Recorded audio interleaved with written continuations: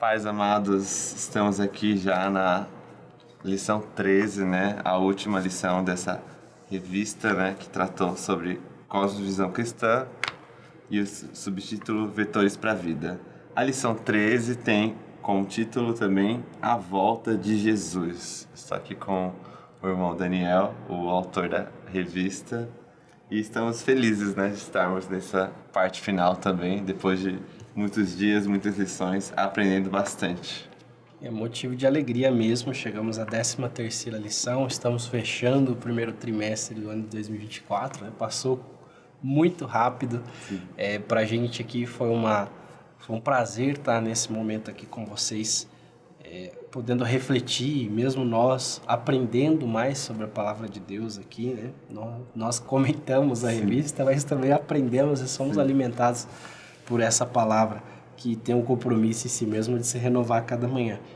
E esse título ele vem de fato como um fechamento, né, do propósito. Por que caminhamos com essa cosmovisão, né? Por que seguimos a cosmovisão cristã? Por que buscamos fazer a vontade de Deus, né? E não as nossas próprias vontades? Qual é o fim de tudo isso, né? Temos um texto-chave aqui, Paulo, bem importante, que está lá em João capítulo 14, versículo 3, onde a palavra diz: e se eu for e lhes preparar lugar, Jesus dizendo, né, voltarei e os levarei para mim, para que vocês estejam aonde eu estiver. Acho que uma síntese importante disso aqui é que a Bíblia de fato relata para a gente um plano de salvação, né? Parte do princípio da queda do ser humano e da redenção através de Cristo, mas não fica somente na graça para essa vida, como Paulo diz, né? Se nós esperamos somente para essa vida, somos miseráveis. Então existe um propósito eterno, que é estarmos e vivermos com Jesus, ao lado dele. Então nós vivemos por esta visão, nós vivemos para nos aproximar de quem ele é, né? Buscando ser como ele foi, para que um dia nós possamos estar com ele, né? De fato sermos um com Cristo e em Cristo, com o corpo de Cristo. Dois objetivos aqui dessa aula de fato são compreender a volta de Jesus segundo a cosmovisão cristã e refletir sobre o aspecto da própria vinda de Cristo. O texto da nossa leitura, ele está aqui em 2 Pedro 3, do 1 ao 14. É um texto mais longo, mas um texto precioso para nós, onde a palavra diz: amados, esta é agora a segunda carta que lhes escrevo. E em ambas quero despertar com estas lembranças a sua mente sincera, para que vocês se lembrem das palavras proferidas no passado pelos santos profetas e dos mandamentos do nosso Senhor e Salvador, que os apóstolos de vocês lhes ensinaram. Antes de tudo, saibam que nos últimos dias surgirão escarnecedores, zombando e seguindo suas próprias paixões. Eles dirão: o que houve com a promessa da sua vinda? Desde que os antepassados morreram, tudo continua como desde o princípio da criação. Mas eles deliberadamente se esquecem que há muito tempo, pela palavra de Deus, existiam céus e terra, esta formada da água e pela água. E pela água o mundo daquele tempo foi submerso e destruído. Pela mesma palavra, os céus e a terra que agora existem estão reservados para o fogo, guardados para o dia do juízo e para a destruição dos ímpios. Não se esqueçam disso, amados. Para o Senhor, um dia como 1000 anos, e 1000 anos como um dia. O Senhor não demora a cumprir a sua promessa, como julgam alguns. Pelo contrário, ele é paciente com vocês, não querendo que ninguém pereça, mas que todos cheguem ao arrependimento. O dia do Senhor, porém, virá como ladrão. Os céus desaparecerão com um grande estrondo, os elementos serão desfeitos pelo calor, e a terra e tudo que nela há será desnudada. Visto que tudo será assim desfeito, que tipo de pessoa é necessário que vocês sejam? Vivam de maneira santa e piedosa, esperando o dia de Deus e apressando a sua vinda. Naquele dia os céus serão desfeitos pelo fogo e os elementos derreterão pelo calor. Todavia, de acordo com a sua promessa, esperamos novos céus e nova terra, onde habita a justiça. Portanto, amados, enquanto esperam estas coisas, empenhem-se para serem encontrados por Ele em paz, imaculados e inculpáveis. Então, quando nós falamos da vinda do Senhor, Paulo, é um versículo que me chama muita atenção, né? O versículo 9, onde a palavra diz, né? O Senhor não demora em cumprir a sua promessa, como alguns julgam. Pelo contrário, Ele é paciente, não querendo que ninguém pereça, mas que todos cheguem ao arrependimento. O Senhor não retarda, tem uma versão lá, o Senhor não retarda a sua promessa, ainda que alguns a tenham por tardia. Então, nós pensamos, refletimos sobre o texto, né? O quanto somos questionados sobre a vinda de Jesus. Existem correntes teológicas que hoje, inclusive, questionam o novo céu, a nova terra. Eles questionam o próprio fato do arrebatamento da igreja, né? Então, existem correntes que me assustam um pouco em relação a esse tema, porque fogem de uma verdade bíblica, o Senhor virá. E de fato, muitas vezes as pessoas encaram a promessa da vinda de Jesus como sendo, olha, Deus está demorando, mas na verdade a paciência de Deus, né? Se nós lemos lá a carta 1 Coríntios capítulo 13, a palavra vai dizer que o amor é paciente. Uma das características do amor é que ele é paciente. Então nós entendemos aqui que o amor, como sendo o próprio Cristo, ele escolhe ser paciente, né? Ele não retarda a sua promessa, mas na verdade ele está sendo paciente para que as pessoas possam compreender um modo santo, imaculado de viver, né? E que elas possam se arrepender da sua forma vã, vazia, pecaminosa de viver, para que elas possam alcançar a sua salvação e de fato serem recolhidas nesse arrebatamento para estarem ao lado de Cristo. Então, o Senhor não retarda a sua promessa, ainda que alguns a tenham por tardia. Antes ele é paciente, ele é longânimo, não querendo, não é a intenção de Deus, não é a intenção do nosso Senhor Jesus, que qualquer um de nós se perca. É incrível. Para mim, esse texto é incrível porque ele escancara um realismo, assim, para mim, tremendo. Acho que eu consigo imaginar pessoas fazendo essa pergunta, né? O que houve com a promessa da volta de Cristo, né?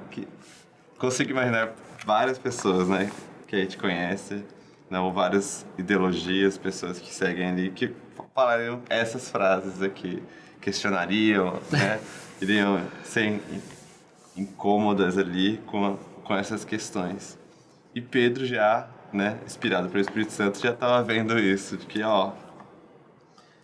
nos últimos dias, né, vai ter um monte de gente fazendo o que quer, seguindo o seu próprio coração, suas próprias paixões, que a paixão escraviza, né? A paixão, a pessoa não é racional, né? Ela é, pelo contrário, né? Ilógica, ela é até um pouco selvagem, e curioso que ela, em sua loucura, né, gera questões que são aparentemente difíceis. Então, a promessa, né, cadê ela, né? Não tô vendo, você tá aí falando de Jesus, né?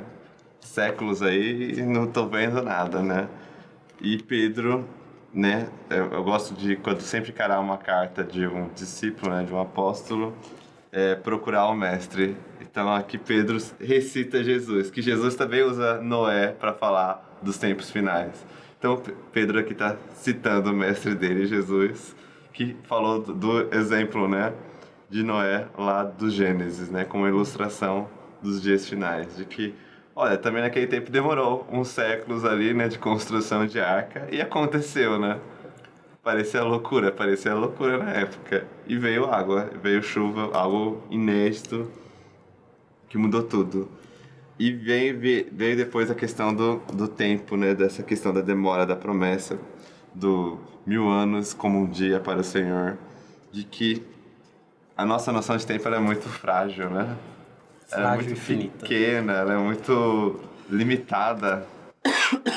Então, a gente se deixa levar para, ainda mais numa geração em que é tudo na hipervelocidade, né? A comunicação é hiperveloz, as mensagens são num tempo que a gente até se perde, né? A informação corre que a gente tá perdido, né? A gente tá até atrasado com as informações.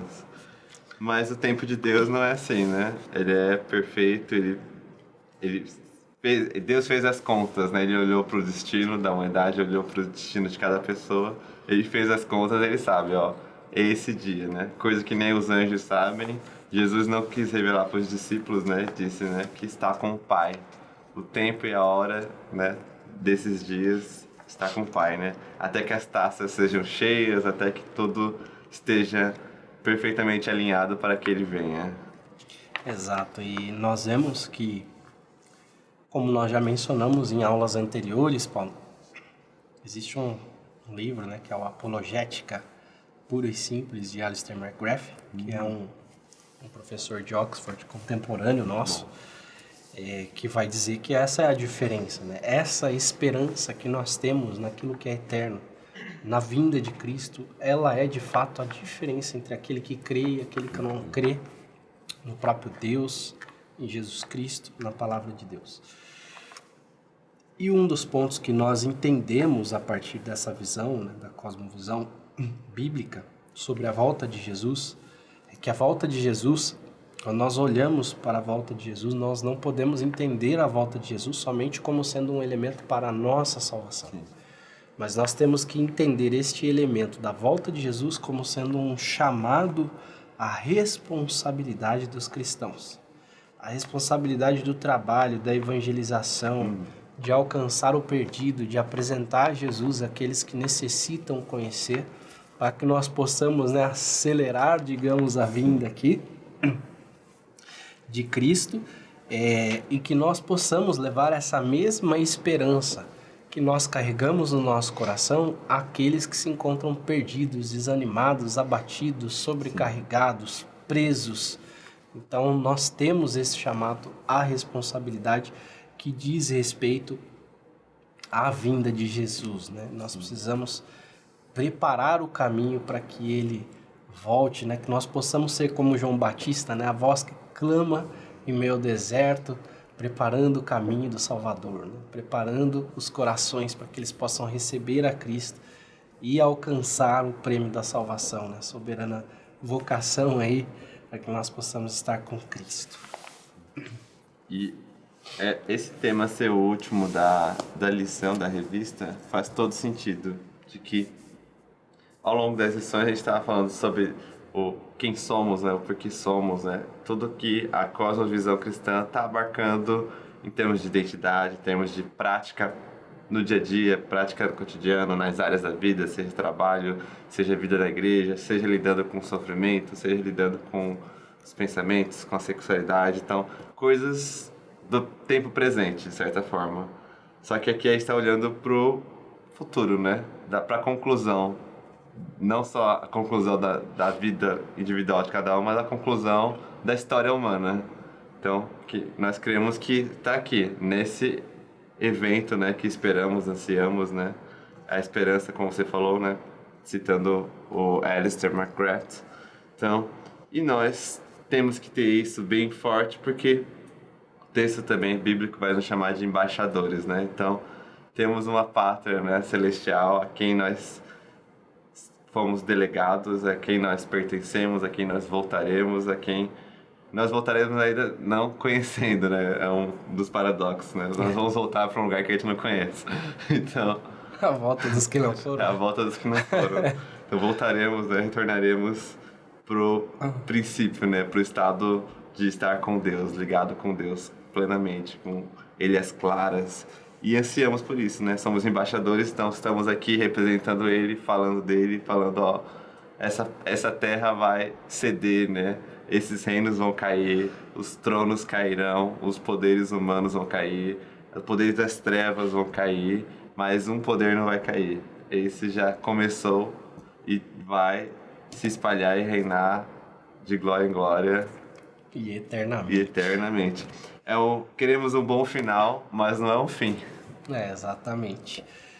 E a gente às vezes não para avaliar a dimensão do eterno, né? Sim. Então, assim, é imensurável, de fato. Acho que não cabe dentro da finitude do nosso pensamento. Mas, de fato, é isso, assim, o objetivo dessa aula é, de fato, que a gente alcance, né? Porque até então nós falamos da vida cotidiana, falamos de elementos da vida, que nós olhamos para a eternidade, mas miramos a eternidade, mas porque miramos a eternidade, vivemos de uma forma diferente.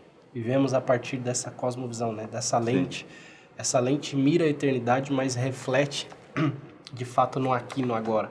Mas qual é o final, então? De fato, o final é que a gente viva uma vida com o objetivo de alcançar esse prêmio, de alcançar essa salvação que nos é dada por meio da graça. Então, como o cristão deve agir, né, para ser salvo, de fato? Acho que um grande resumão é a gente crer em Jesus como nosso Senhor e Salvador, porque isso vai trazer para a gente um novo modo de viver, né? Isso vai trazer para a gente o fundamento de seguir a Cristo, de viver segundo aquilo, né, que Ele nos ensinou, de fato, viver a cosmovisão cristã. O segundo é a gente precisa se arrepender e confessar que Jesus, Ele é o nosso Senhor, o nosso Salvador. A Bíblia também nos fala e nos recomenda, né, que nós sejamos batizados. Aquele que crer e for batizado será salvo, aquele que não crê já está condenado. Então, nós precisamos também viver segundo os ensinamentos de Jesus, que é sobre isso que nós falamos durante toda a revista, Cosmovisão Cristã, praticar as obras de Cristo, né, as boas obras em favor do nosso próximo e perseverar na nossa fé. Porque a salvação também é uma questão fundamental de fé, né? E a fé, ela precisa ser utilizada durante toda a nossa jornada, né? Como diria aquela velha frase, aquela velha máxima, né? Enjoy the journey, né? Então nós precisamos aproveitar esse processo de uma forma saudável, que de fato a gente possa viver nesse momento das nossas vidas, né? O aqui e o agora, intensamente amando a Cristo, fazendo, né, com que o nome do Senhor seja honrado sobre todos os aspectos da nossa vida, levando o nome do Senhor ao conhecimento de todos aqueles que precisam ser salvos, assim como nós, né? Sim. Eu gosto que nesse momento aqui, né, estamos já nas últimas palavras até da revista, de que no final a gente tem que voltar para o básico, para as bases da fé, para os fundamentos, pilares do que é neles que a gente vai compreender, né, quem nós somos, né, do ser renovado, né? Ser renovado é o quê? É relembrar algo que a gente já está quase esquecendo. E o crente gosta de esquecer, né? A carne quer que a gente esqueça das coisas de Deus, né? Nesse duelo carne e espírito.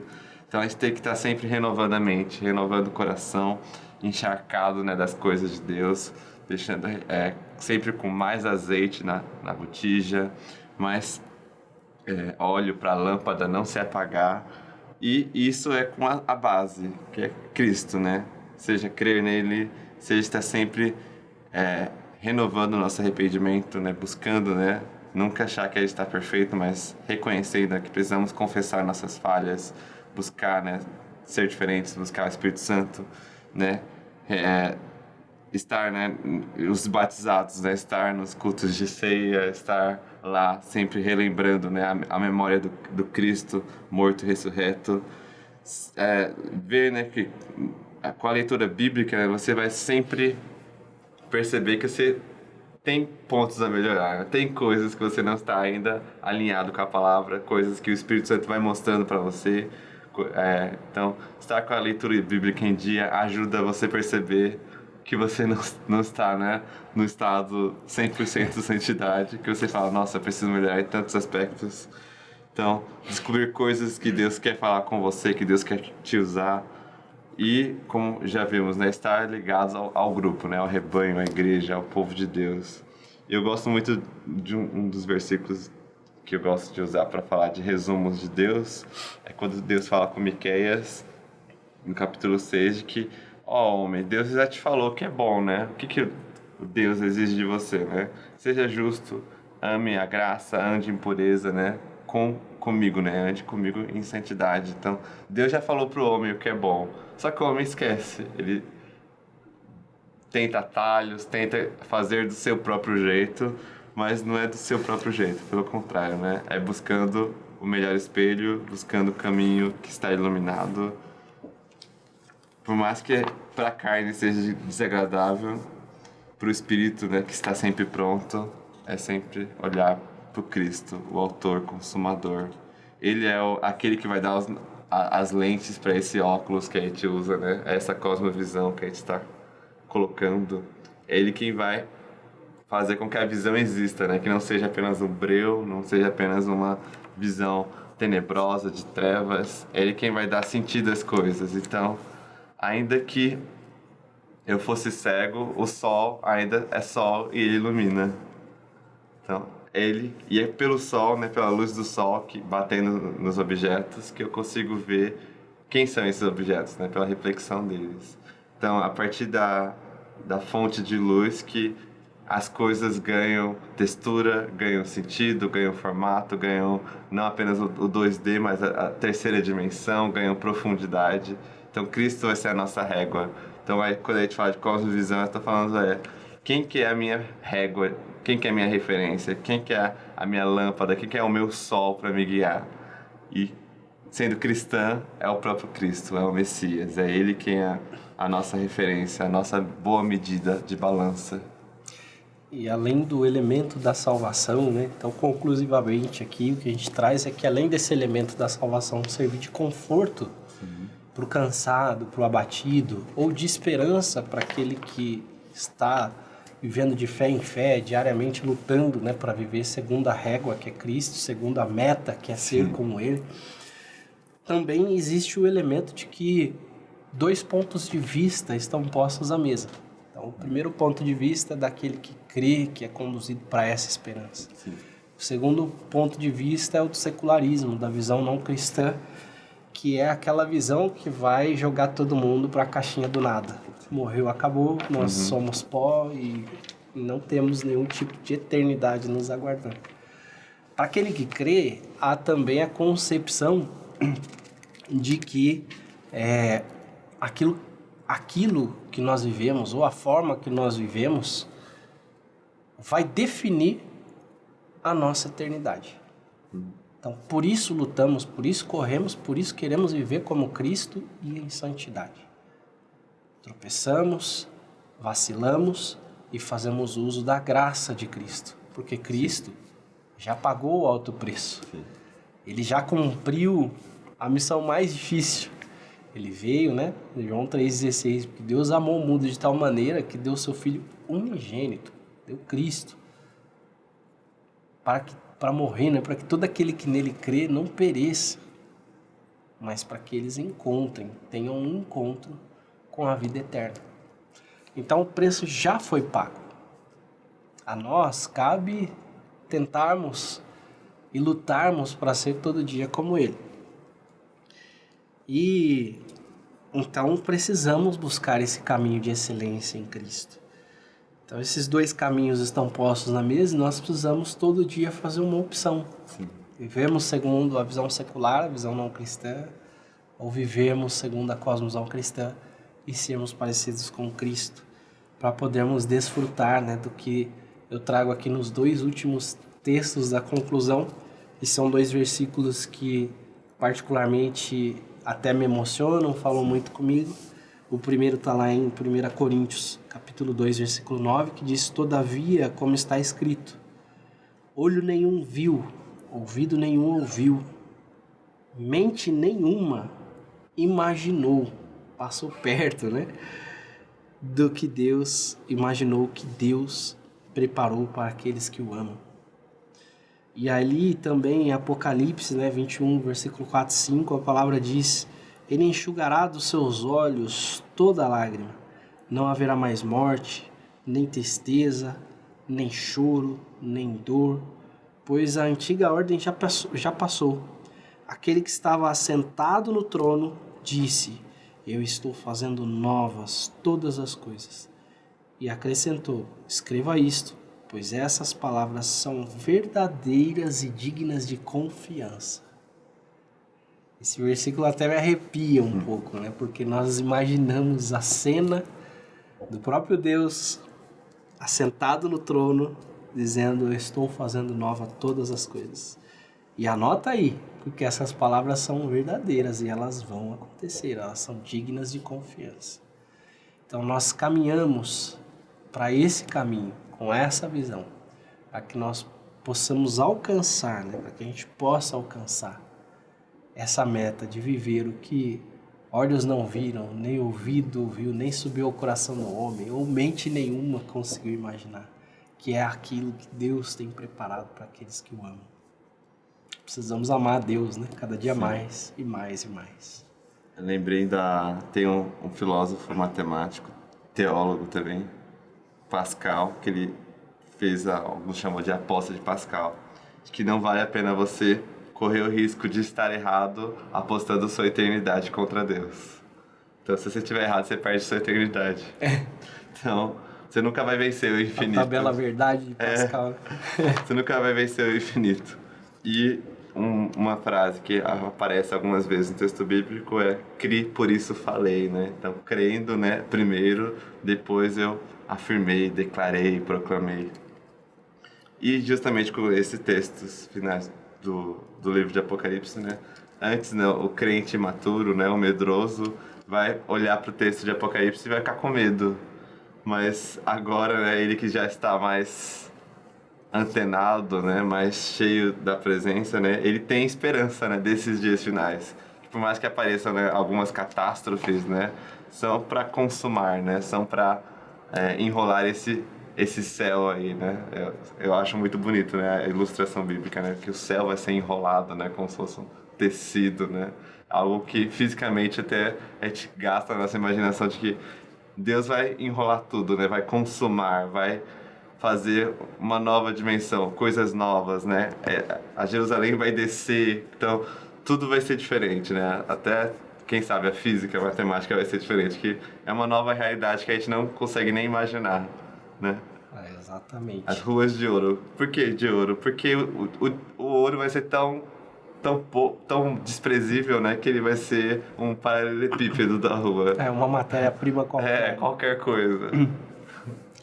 E é muito, muito legal de fecharmos essa lição exatamente com essa perspectiva de que nós, enquanto cristãos, não devemos temer, mas ansiar pela vinda de Cristo, né? Hosana, bendito aquele que vem em nome do Senhor.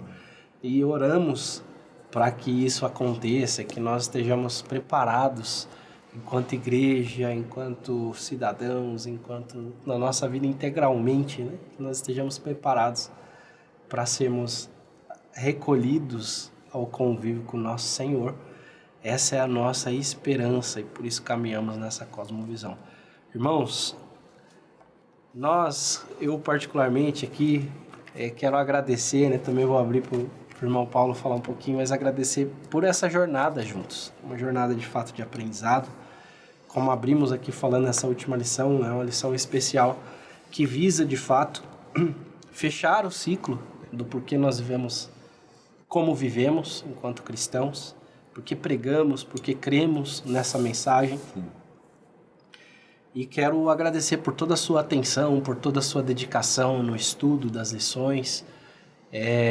Me coloco aqui também, né, como um servo para servi-los no que precisar, e se em algum momento também pudermos compartilhar pessoalmente, em alguma instância, nos encontrarmos pelos corredores, né, da vida, ficarei feliz em conhecê-los. Mas, de antemão, agradecer pela sua paciência, pela sua colaboração, pela sua atenção aqui, e que Deus possa abençoar você, o seu ministério, a sua casa, a sua família, os seus alunos, de uma forma tremendamente especial. Paulo, fica à vontade também. Sim, eu sigo, né, no tom de agradecimento, lembrar, né, de que todo esse trabalho passa por muitas mãos, desde da escrita, da produção, do audiovisual, da preparação, da postagem do vídeo, de você que recebe a revista, da pessoa que ajudou a transportar, a vender, e a ponta, né, que é o professor, às vezes acaba sendo esquecida. Então, se valorize, né? A gente agradece você que está buscando a palavra, que está se preparando, que está lendo, que está pensando nos alunos, porque a mérito, a honra é gigantesca, né? A galardão, né? A recompensa para aquele que quer falar da palavra de Deus. Quão raro, né? É encontrar jovens que queiram compartilhar da palavra de Deus com seriedade. Então, a galardão, Deus vê, Deus reconhece.